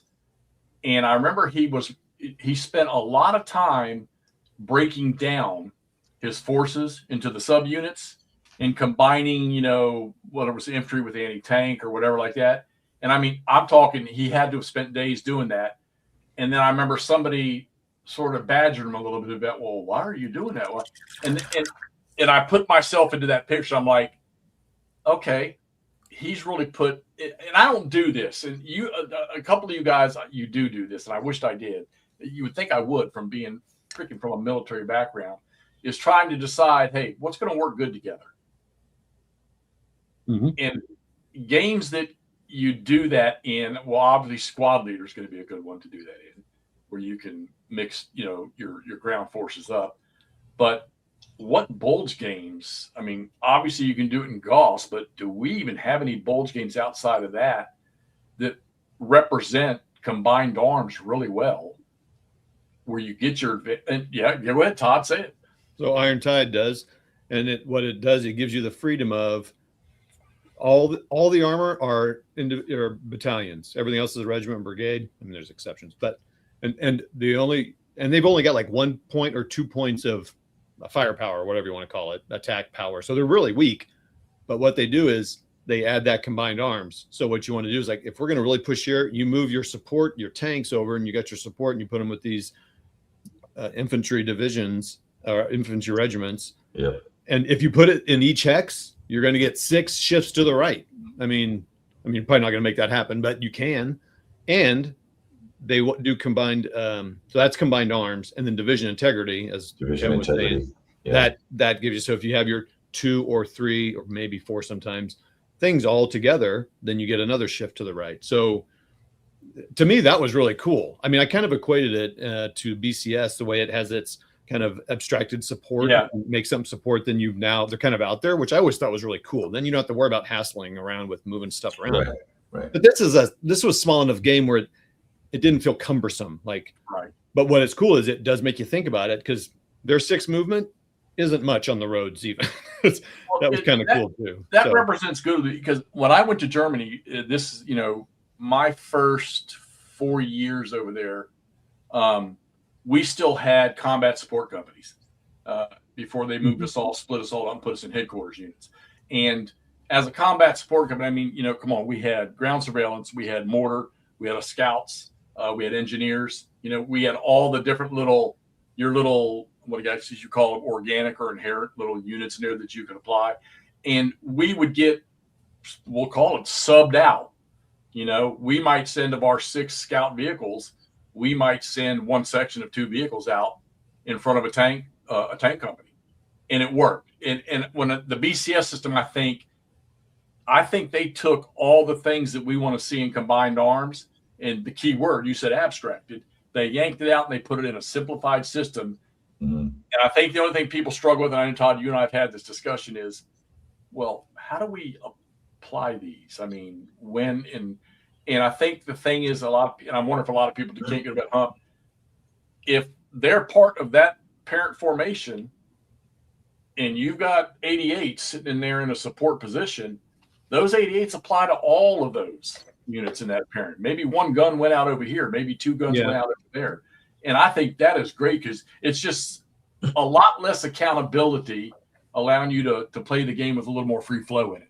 And BCS just does it so well. I want so much to see more and more East Front in the BCS. I think it is in my opinion, that's the elite system for East Front, I think. And it needs to a certain size, yes. Yeah, agree, to a certain size, right? Yeah. But, okay, so that's interesting. Last Gamble has combined arm stuff as well, but also has Time for Trumpets. So you'll get combined arm benefits with combat for sure. I had another point, but it's gone. So somebody else talk. Oh no, we lost it. What about me? Go ahead, Dallin. Go ahead, please. No, I was going to say, I think that's a key point, to kind of blend, coming from the tactical side, which is all combined arms. When you get down to that level, you're mixing tanks and AT and, infantry and so forth and so on. But, that's the one thing I like with I'll say it, newer operational games. Thinking back to original Bulge, you really just had, infantry and armor, and that's it. Yeah, you maybe combined them because they're next to each other in the attack, but to actually break them down, as you just discussed, Kev, what you were saying, I think that's great, because it gives you that sense of that tactical level. So it gives you a little bit more depth, to it. And now, you may pick the right combination, or you may not pick the right combination. And that's a real commander decision, which I like, being more tactical. I knew damn well I had a good thing on tonight when I asked that question. Kev, wasn't it you? I want to say a few years back. It wasn't too long after I came into playing again. If I'm wrong, I'm wrong. I mean, wasn't a bad thing, but for some reason it sticks in my head that you're the one that brought this up. Hollering about, do freaking engineers do anything in this game? And I can't remember what game it was. Was it SCS or something? Sounded like something I would say. After getting pissed off about either A, losing, or B, not understanding the rules, or C, playing wrong. Right? I mean, so what do these engineers do? What are they good for? I mean, I feel that way about SCS sometimes, because it's simplified. I mean, yeah. Well, I mean, how far can you take? I mean, combined arms. I mean, if you think about what the capabilities are, let's get rid of the tank company, get rid of the tank platoon, get rid of the infantry company, the infantry platoons. As when you're thinking about combined arms, how deep could you possibly go with combined arms? Hey, we're hitting this river right here, and I've got bridging engineers, or I've got these engineers at boats. I've got demolition engineers. I've got little reconnaissance too. Well, I mean, how deep can you go with combined? Because I'm just trying to think, is there a game that really, really, really digs that deep into what you've got at a location? Surprisingly, for all of its random abstractions up and down the complete food chain, GTS has bridge building and ferry enablement capabilities in Race to Bastogne, which kind of surprises me because everything else is abstract. You can't act. That's what I was going to say. In GTS, huge problem. There's really no combined arms capability. You cannot assault something with tanks and infantry. The infantry assaults, well, you can do a stack, I guess, but the infantry assaults, and then their activation is done, and then the tanks assault or fire or whatever. You have to be in a stack together to execute on that. Am I right? I believe yes, you do have to be stacked to do it. Right, but you don't get flanking bonuses or anything, which at a 500-meter scale, or yard or whatever it is, you would expect that and then to a turn, you would expect that if I've got units to the left of me and units to the right, there's a song there somewhere, you would get some benefit from being flanked by the enemy, even in an entrenchment. So I don't know how far you go with all that stuff. What's his face? VCS has that capability where you can say, I'm not going to use the full strength of the unit. I'm just going to use the fact that it has an armor capability and use the cadre side of the counter to give you an enhancement for the combined arms bonus, which is a nice way of getting around the stacking limits in the rules. Stuff like that. Engineers, I think, add value as well. They add a DRM or a column shift. Screen line in the screen in BCS. That's the unless there's a Cold War or more recent game that has that ability. I don't know. I mean, there's some like I've got Mech War and some other games like that, the old SKI stuff that I can't play because I can't figure out how to do lanes of fire for opportunity fire without playing solo. I can't work that one out. I'd like to one day though. Yeah. So you know what? Here's what you could do with Time for Trumpets. You could go and get a copy of the Bitter Woods and play the Bitter Woods, and that's Time for Trumpets at regimental and divisional scale, and Time for Trumpets is battalion and below. Same system, same combat system, basically the same movement mechanics, without all the fuss and all the bother. You could do that, and you would know what Time for Trumpets is like, just that you have 4 maps and 1,000 counters and a bunch of really ordinary rule writing. Yeah, somebody stole my my Bitter Woods box out of my apartment when I moved. That sucks. Who would do that? That sucks for them because I didn't have the counters in the box. They were in a plastic tray. Unfortunately, the game probably ended up in the trash when they realized they don't have the counters. It was a pretty box. Yeah. All right, so I've not really heard anybody really, say, what's a Bulge game you just won't play again, just not going to touch it. Has anybody played the Woods? We said. What'd you say, Andrew? Has anybody played the? I think I think it's Compass World War II Commander. It's a series that's got that and Arnhem in it. Oh yeah, it's fairly new. There is a DDA or a Bulge game on that. Or Combat Commander World War II, whatever. No, it's not Combat Commander. You were right. Oh, the PC. It was an app, and then they turned it into a game. Right? Yeah. There's area. Yeah. That's a great little Bulge game. I played it on the phone or on an iPad. It's super fun. Not very realistic. It's super fun. Oh yeah. Hey, Scott, that's why I like to have him on here, because I know he's just going to say what it is. I mean, what did I say? No, you're very to the point, and you will say what you think, and that's I wish all of us were like that all the time. Of course, I get myself in trouble.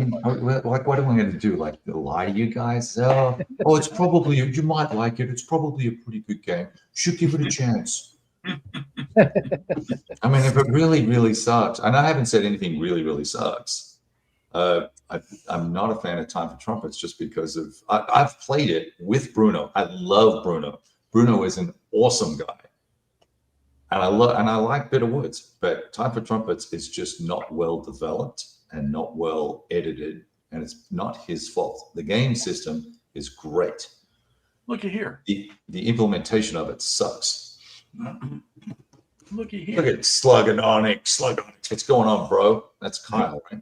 Yeah. I only see the Slug Onyx name when I see his stuff on BGG. The only time I see the Slug Onyx. Yeah. Good to see you, Kyle. Yeah, Bitter Woods wasn't bad. I will say that's not too bad of a game to play. Okay, so you played Time for Trumpets. You're good to go. Yeah, was Bitter Woods Bruno's? Yeah, it was Bruno's game one. Yeah. Well, He did the Bulge. He did the Avalon Hill Bulge game, right? Well, I remember going down here to my buddy's house down the road here. They were playing with Bruno on the weekends, and it was funny because they were playing the game on a table, Time for Trumpets, and they had Bruno would call in on the phone, and they would do it. They would play, and they would use Vassal to sort of account for where everything was. And I know they did this 2 or 3 times. From what I understand, Bruno will play the game with anybody at any time. He's awesome. I played at a con with him. It was great fun. We had an awesome time. Because the stories that he tells while you're moving the units, you're doing exactly what the 160th did, and this battalion. But here's what happened. There was this one guy.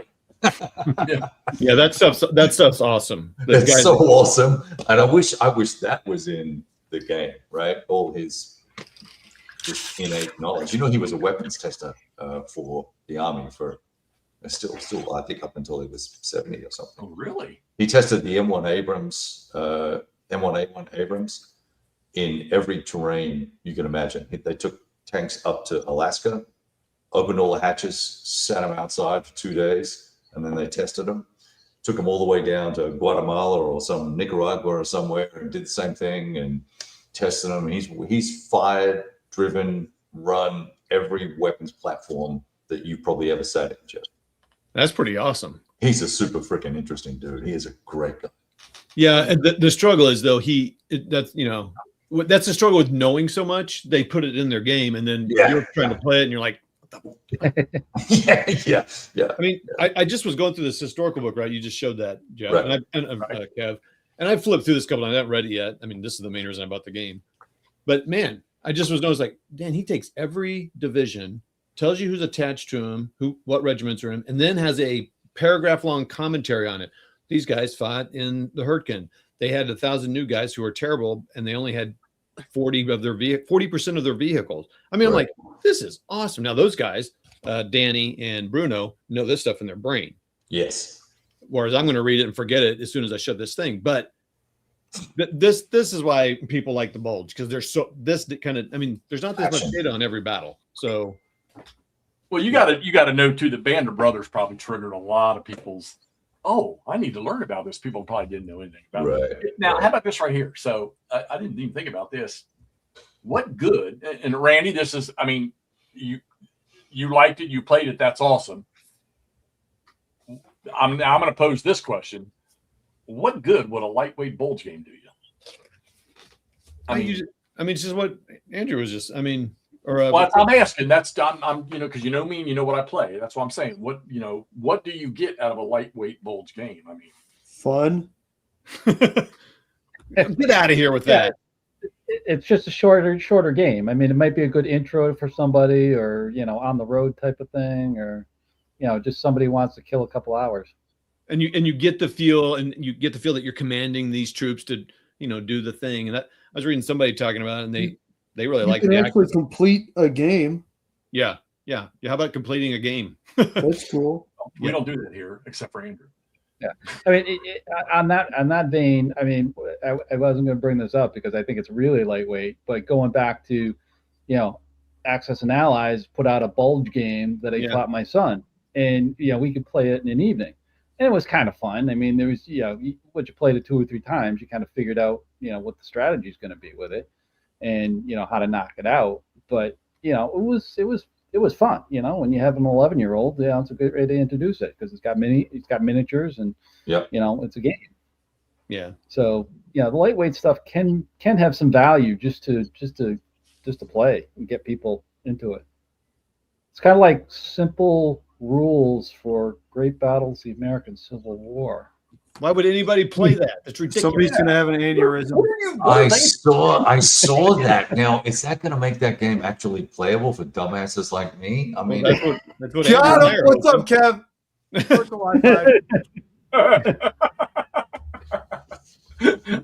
Yeah, we were just talking about this too last night. The other night too, that where I know that Alan and I know that Ross and I know that we will look at them and we may do, if I can do something that will help somebody come aboard with that. Like I said, I told him Dick Whitaker browbeat me about that because I was kind of on the same boat with Stigler. Why are you doing this? We don't want that crap in this game. But he lowered the boom on me about bringing more players into the system. So if it works and I can do something and shoot some video on how to play it and help somebody out, I'll be more than happy to. But me playing those rules on a regular basis, it's not gonna happen. Jeff, you forgot your top hat and monocle to look down at the peasants. Yeah. I'm gonna stick with Herman Luttman's ACW stuff. That GCACW stuff, or whatever it's called, GBACW stuff is just not doing it. 2 days with a dude playing that game. I said that was a great time. I enjoyed your company. I'm never playing this game again. What game did you play? Oh, who knows? It stuck with you that much, okay? He sent me his Death Valley box, and we gave it away on the show. So yeah. He only charged me $140 for it. Not every game is for everybody. That's for not every game is for everybody. That's right. I'm sure there's a lot of people that love that system. I feel like a good teacher is worth more than a redone rule set, but I understand that GMT can't control who's teaching a game or doing any of that. Right. Well, it's like simple Great Battles for History, right? That generated its own, decades of abortive rules, modifications, and adjustments and changes and complex things. So I don't know if I ended up migrating off that and going to the full game because there was just a loss of fidelity, right? What there is in GBOH, but so I don't know what will happen with that for you guys. Good luck with all that. So that leads to a good question. What, from going back to the Bulge, what would be a good simple Bulge game that has fidelity for people to play? Fidelity. I've been divorced 3 times, so I don't know what fidelity means. Okay, Jeff. So what? No. What do you mean by So what do you mean by fidelity, Alan? Well, it just have the level of detail that people would feel comfortable with. It's just not rolling dice and it's not Axis and Allies, but it's not exactly last gamble. Yeah. I mean, what type of depth would we want? I mean, we're talking operational stuff here, and there's some good stuff to it, but we're saying how can we break through and what's going to be the victory? But maybe what Randy's talking about right there with the lightweight. I mean, I don't know anything about those the 20. I mean, I know what they are. Yeah. That's Army scale, right? I mean, that's cool. Whatever. I mean, I don't know what I know. The lightweight Bulge game. God, maybe one of the old quads, or I mean, why not just Avalon Hill Battle of the Bulge? I don't know. I mean, I would say that would be. Okay. Well, okay, great. And when you can find those things, not paying an arm and a leg for them. I mean, Avalon Hill one. It's cheap as shit. Usually it's like $10-20. Yeah, but what about something newer? If somebody wants to just suddenly come, I mean. Well, SCS Bastogne, I think, is a good one. And you could get Ardennes 2 or Ardennes, either one. Right? Yeah. They'd be playable. Cell game from Revolution, you can still get that. Yeah, but if you want to play the whole Bulge, I mean, Ardennes 2, I mean, I assume it's still available. The rules weren't that hard. Like that's difficult to play. It's not. I mean, it's SCS. It's not hard to play. Right. I think. Yeah, some of that probably is some of us who like the older SCS stuff. We're like, this isn't the same. But someone new to it, they who knows? They might be like, I don't know the difference. I think the only way to do it is play GOS. You got to go GOS. Amen, brother. Just get rid of everything else and everybody just play GOS. I mean, I'm going to go down that road again. I think it would bring our world and country together. So let's do it. Our hobby would die. This is not a soda commercial, Todd. Oh, I'm sorry. It's Christmas time. I was trying to be okay. Gosh, I don't know. That's a really tough question. I mean, maybe it's that. Maybe there's not enough fidelity to it. Those new games that Andrew brought up from Compass, that area game. This is why we want Andrew to have a YouTube channel, because he plays a lot of what I like to call like the blow through games, where Andrew could sit. He'll start a game at 10 o'clock at night, and by 2 in the morning, he's played it from top to bottom and set it up again and going after it again. Right. He's That's just awesome. so good. And I wish he had some. We get videos from him every now and then. We'll put it on the channels, but No, I don't want him to have a channel because I don't want to, lose my 2 viewers that I get. So Hey, I keep subscribing and unsubscribing, so you feel like things are changing. See, I used to do that every time like Todd and Jeff would get to a milestone. Like they'd be at 2,000, they'd post in a little group chat. Oh, you hit Down a 2,000, 1999. I do that too. I do that to guys as well. Like whenever Mo's getting real close to it, rolling over to the next number, I'm like, ooh, it's number. Yeah.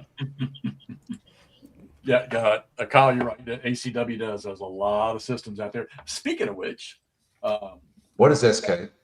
starter kit, ASL. ASL. Okay, yeah. Camp I have already decided to ink it in contract. We're going to play Army of the Heartland this year, he and I. He picked up a copy of it. Oh yeah. And we're going to prove the world that it's an awesome freaking game.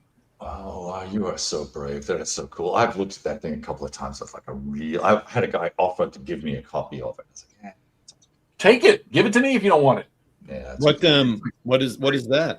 It's like it's GCACW before GCACW, or maybe in the middle. Oh yeah. You guys have talked about that. The thing is, it's some of the missing GCACW because it does Right. the Kentucky campaign and the early Tennessee campaign, Yeah. which looks really interesting on there. And I've looked at the rules. I mean, I got it. I read through part of the rules. I mean, I didn't find it too hard, but of course I'm a detail guy.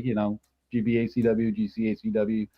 So I know the basics on there, so it's not a big deal to do it. But I don't think it's a big deal. Not a chance, Gray. Yes. Gray, not a Yes. chance. Love it. Oh my God, FFP defeat.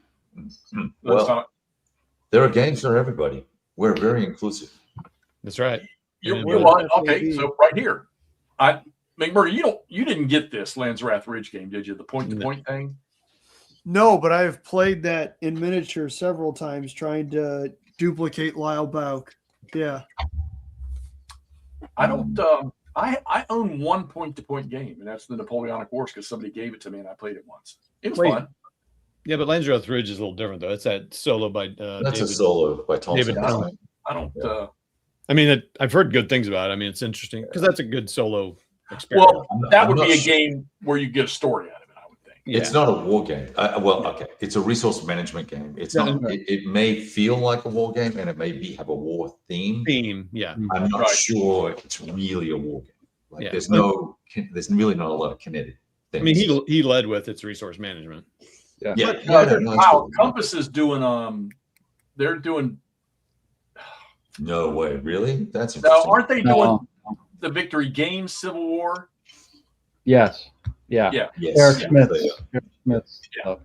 which is a great game too. I think it's better than the newer version myself, and I still have it. I got rid of my newer. version. Ross disagrees. Yeah, I Ross. know. I haven't played it. I'm waiting on the reprint. I will play it. I will give it its fair shot. But Rust has had a conniption. yeah, Well- you can't put dirt on Simonich U.S. Civil War. How dare you? A masterpiece. I've had some friends who've really, really enjoyed that game, and I've had some other friends just go, nah, absolutely not. I know. Yeah, I've The heard- people that have played, It's I divisive. have never played For the People. I've never played the Eric Lee Smith one, so I don't have the points of comparison that it drew from. Right. So Right. Well, it's like the But it- Vietnam. it is the it is an Vietnam incredible game. game. Yeah. I prefer the old Victory Games Vietnam over the newer one from GMT. But then again, Todd, we had this discussion about Aircourt. Of all the BCS games, Yeah. I sent you Aircourt because I didn't like the big hexes for BCS. Man, I you're very much an ask You're very why. much an aesthetic person. I don't like the dots. The squares are too big. I don't like Randy, I'm those gonna go ahead and point out Randy's. This is the perfect example in what I think Kyle was saying earlier. There's different things to fit everybody's. Yep. And I see a lot of the guys out there that post in about these little, well, I don't say little, but lighter weight games that I just, I don't touch them. And then it's funny because I laugh at myself because I just sit here and played all 6 scenarios in the Fall Blau game, and the biggest amount of turns in one game was 6. All the rest of them were 3 and 2, and just had the freaking time of my life playing. So you're right. There's something for everybody out there. What pre-order tip, Jason? What were you talking about? Compass stuff. Oh, yeah. I've never been a big Compass guy, but lately I've sure been on their bandwagon. So Right down the road from me. Here's the best thing about Compass Games right here. Right there. New directions in gaming and big logos. It all lines up. Oh man, I mean, I love it. That Compass, I know right where I'm going. Sorry, You're so wrong. What the fuck is wrong with you? At least they've reduced the size of the compass and their company name on the maps. That's Just make it half the box. Yeah. Yep, Three Dog. That's right. When it comes out, all gaming stops. No, Except for good Three grief. Dog. So, People. Kevin, you ordered a couple copies of it, didn't you? Yeah. Oh yeah. Yeah, because it's a collectible. I'm gonna keep it for 20 years and sell it one day. We're gonna Well, I be work playing on it for a good 6 months. so. Get a division. Join in. Exactly. Division. I'm about to start January 1st. We are playing a double-blind, umpired Great Campaign to the American Civil War, the Maryland campaign. And I am I have the misfortune of playing Lee. So I have a whole bunch of little generals who will be executing my devious orders. Should be a lot of fun. I mentioned that, and I thought that would be cool. I'd like to do that sometime. I know my schedule coming up, and it's not going to work. But It's an hour a week basically. But that's too much for me. I'm too busy. Oh, sorry, Pika. Look at that. He just pulled that from above his bed. He had to go to He looks the cute. bedroom. Yeah, I think Uncle Bobby. He's got. I think it's on his ceiling. I think it's on his ceiling. Exactly. I've No, been to his- it's in the shrine in the other room. Don't Yeah, make me you look need at to Uncle put the TJ's plastic picture out too. from in front of it. Usually there's a protective And he's layer got his in front of it. nephew Tommy over there too. yeah, I went Kev, are you coming up here at all this year? Where is up here? North Carolina? Not anywhere. Gettysburg, the Valley, Bull Run. I mean, you've been up here 14 times. Well, not this year because it's almost over, but next year, maybe. I don't know. I mean, invite me. I'll come and play with you. October. Oh, I ain't talking about Yeah, that. I'm talking, yeah, well, there you go. Set your date, October 19th. You need to be in Gettysburg. Oh, good grief. What's happening there?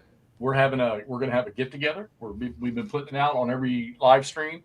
We're setting up October 19th as, granted, we're talking about people that would travel from away. You know, maybe you take a vacation, you take 3 or 4 days, you come up to Gettysburg, but we're going to be up there. I know that Ross, me, and Camp at least, we're going to be up there at Gettysburg on the 19th with a rain out day of the 21st.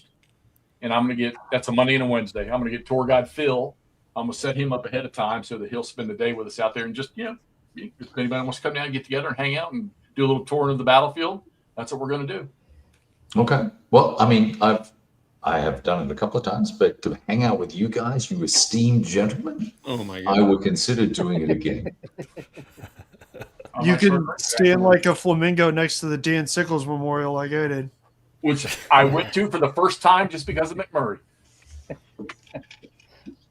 You have to do the flamingo stand. It's practically required. Guys, this is the good stuff about the Bulge. I mean, I create this stuff because the question comes into my head, am I going to stop playing Bulge games? No, not a chance in hell. Because while I'm not the narrative guy, like I say, Clay talks about all the time, I still do like a story. And the Bulge does present. I mean, you can just go right down the line of everything on the first couple of days and, how the ghost front or whatever you want to call it, how they just got the shit kicked out of them. And I always found that amazing over the years and years and years and years of knowing things about the Bulge, being over in Europe and just reading the stuff as a kid. And as I grew into gaming and stuff about, were we really that freaking stupid that we didn't think that the potential was there? I mean, I guess you had to say, this guy did this in 1940. Is he dumb enough to do this again in 1944? And then were we dumb enough? Apparently he was. Yeah, apparently we were dumb enough to not think that he would do it. So, I mean, And then there was, like I say, the resilience of the Americans and what they did. You know, granted, there's no way I don't know anybody that would say it, that nobody would ever say that the Germans could have pulled that off. With what they had. But it's still the response, you know, that the Americans gave. And I'm going to say it again. I can't even believe I'm going to say it, but even Monty having some very good ideas on the strategy for the northern side of that pocket were not too shabby from what I've gathered recently and reading stuff and watching some documentary stuff from people that are pretty decent. So yeah, there's always a story there for Bulge. There's plenty of games out there. I think that the one that I don't have my hands on and never got my hands on was the quad box. I'd love to get that. I think McMurray, found one time, but he found it for me online, but I never purchased it. But I think that's one that I think I would like to see and get my hands on. Yeah, same here. I haven't played them either. I'd like to get them. That just, you know, those old quad games SPI used to put out were just phenomenal. Right. I still have Army Group Sal. I think that's a great box, and I've had that 2 or 3 times. That's my Todd version of a game. I bought it 2 or 3 times. I love it.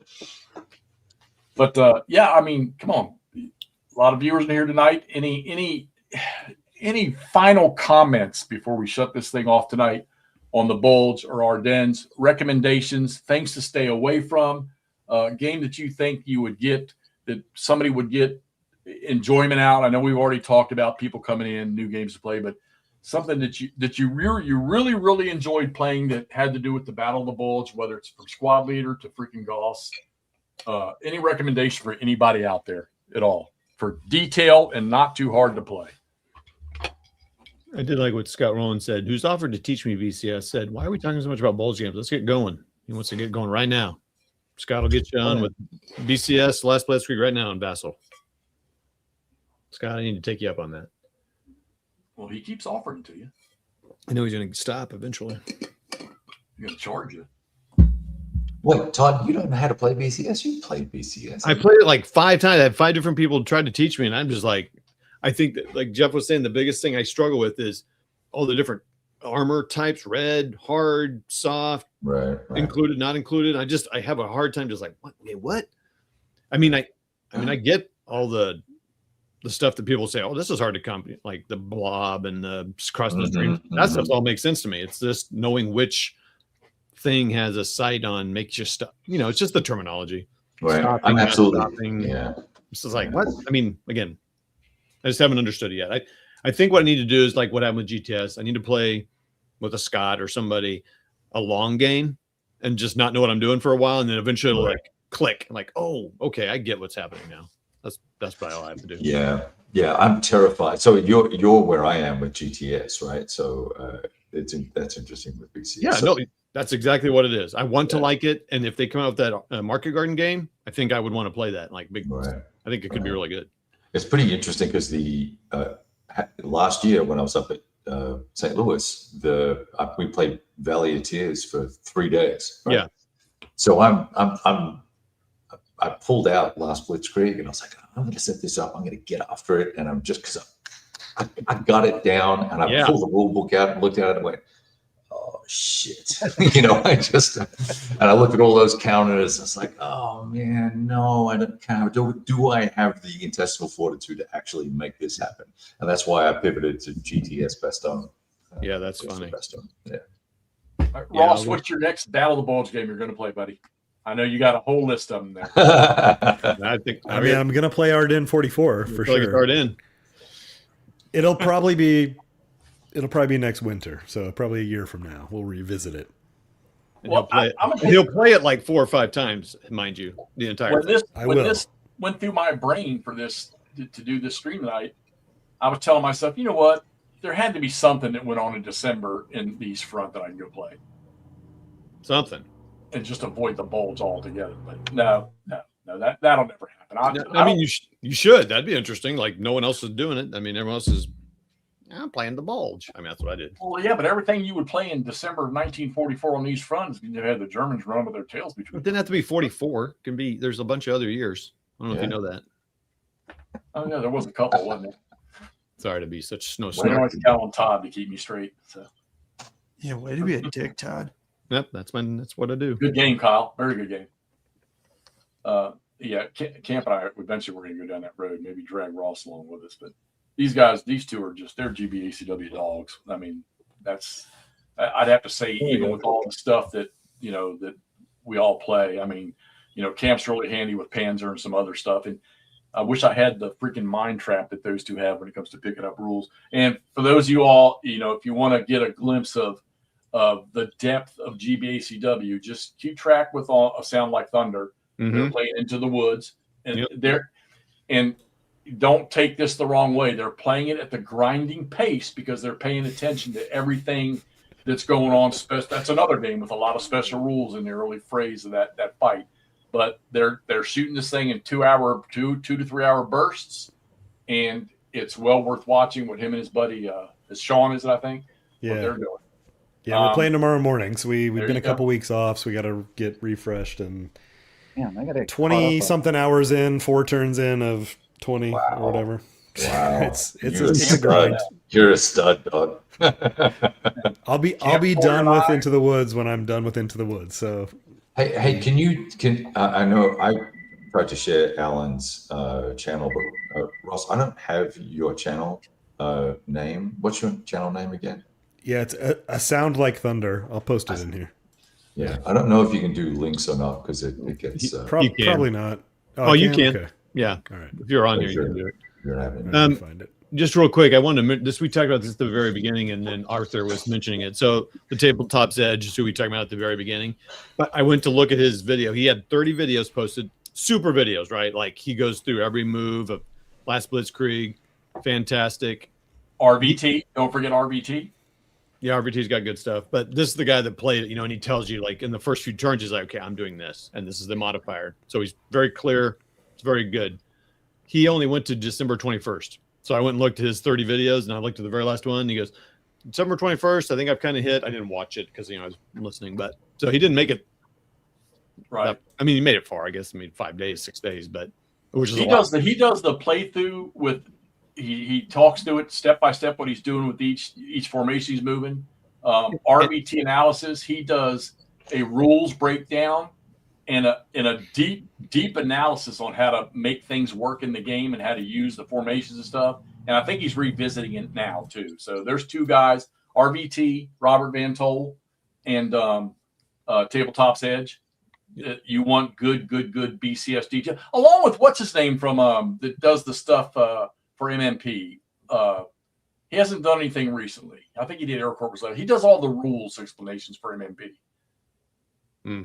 Oh, I can't think of what his name is now. But every time they come up with a new system, he'll play. He did GTS. He did BCS. Lee Forrester. Yeah. Lee Forrester, yeah. Well, he hasn't made something in a while. Yeah, he hasn't done that for a long time. And I was looking at his GTS stuff and got in an argument with some other guy who was commenting on my video, going, "Oh, if you go look at Lee's videos, it'll explain everything." So I went to Lee's video, and they did what Lee did, and then the guy put in the post, "You're doing it wrong." I'm like, dude, fucking Lee did it this way, and then he gets on Lee's video and goes, "Lee, you're doing it wrong." I'm like, okay, that's when I say, "F it, I'm resetting and starting again." That's what I almost flipped the board. I was so aggravated. Yeah, but I appreciate the feedback from the fantastic. Right. Yeah. Well, okay. So we've got Ross and his buddy playing Into the Woods, GBACW. Camp and I are going to continue with our blind swords. We're also going to take on a campaign from Mark Herman's New Army of the Potomac once we settle down on. I'm off for 2 weeks now, so I'm starting to get a little itchy. Actually, having a little fun with that system, playing that, and of course, Mark can get you pumped up. When he was on here the other night. Todd, you're tearing down Iron Tides, and you've got the Christmas stuff going on, but I know you've got. What's on your? I'm going to try to get to Sicily, Victory in the West. Okay. All right, Kev, where are you going over the next few days with gaming? I have. Put Plex over the top of Next War Taiwan, and I'm tabling that for the moment because it's done my head in. I'm playing Race for Bastogne at the moment, and the new Neva War Games Iwo Jima. and Spring Prelude on at the moment. That's my. I want to jump to that Spring Prelude thing too. That's a good looking game. McMurray, don't you have a big playthrough with some T-34s coming up, or did you do that? I do. These are the Soviets for that game. I do. Right? It'll be Monday. Toddy will be playing. Stalingrad. Yes, a big Stalingrad game. We got a whole bunch of Germans with a few Panzer IIIs and a Marder. And I don't remember what the third one is, what the other tank is. And then we've got just a horde of 100 and something Soviets and 5 T-34s. Fresh out of the factory. Fresh out of the factory. Yeah, well, marks and everything on them. I'm mainly going for the chili. That's reasonable. I can't blame you. But it should be really fun. Playing with bolt action on what'll probably be a pretty good looking 4x6 table. Is there a particular scenario, or what's up? Is there a particular scenario y'all were playing, or? No, not really. It's a kind of a learning game on a large scale. I played a game of bolt action with a couple guys locally who I haven't played with in a long time. I played bolt action with in a long time, a week or so ago, and they had a really good time and asked, hey, when can we do this again? And can we play, with 3-4 guys aside? Sure. So Nord, God, this was a whole discussion. So yes, the idea is that they are tractor factory, T-34s.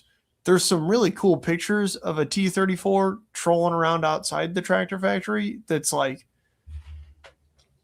the plate is still like rusty and you can see the brightness on the welds and shit. And where some of the older welds are starting to rust harder. The issue is if I paint a tank like that, it's only good for one thing, period. So I think most of them are not going to be. I didn't put all of the here's all the stowage from the 3D prints. I didn't put all the extra stowage on because you can find tons of pictures like that.